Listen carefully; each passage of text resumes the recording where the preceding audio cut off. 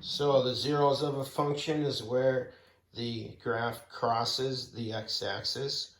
Definition says a zero of a function f is an x value c for which when I plug c into the function f of c, I get out 0. So if f of x is x cubed minus 2x minus 3, 3 is a 0 because 3 squared is 9, 9 minus 6 minus 3, 9 minus 9 is 0. Negative 1 is a 0 because negative 1 squared is 1. Negative 2 times a negative 1 is 2. 1 and 2 is 3. 3 minus 3 is 0.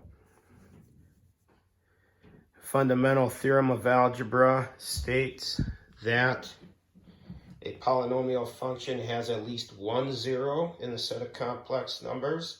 Complex numbers includes imaginaries.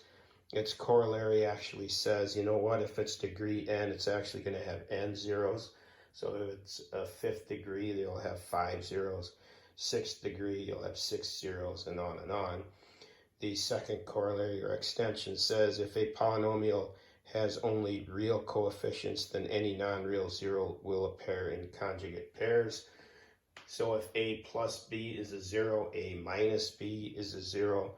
The reason for that has to do with the quadratic formula, and you're going to get the plus or minus the square root there if that square root is negative, plus or minus the imaginary term. So that's why they occur in conjugate pairs.